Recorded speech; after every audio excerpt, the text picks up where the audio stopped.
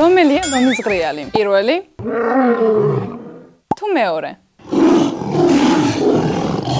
შენ რომელი აირჩიე? დაგვიწერა კომენტარებში. თუ მეორე აირჩიე, შენზე პროპაგანდა მიმოქმედა. როგორ? დიდი ალბათობით ლომზე შენც იცი, რომ ჯუნგლების მეფეა, რომელიც ძალიან შემზარავად ღრიალებს და შესანიშნავად ნადირობს. რეალურად ლომები ჯუნგლებში კი არა, სავანაში ცხოვრობენ. ნადირობით კი ნადირობენ, მაგრამ უმეტესად მდედრი ლომები. მამრები კი თავიანთ ტერიტორიას იცავენ. ღრიალიც არც ისე საშიში იციან. აი მეტრო გოლდენ მეიერის ცნობილი ინტრო, ხომ იცი? რადგან ლომის ღრიალი შემზარავის საერთოდ არ არის, 80-იან წლებში ხმის რეჟისორმა მარკ მანგინმა ინტროში ვებქვის ხმა გამოიყენა.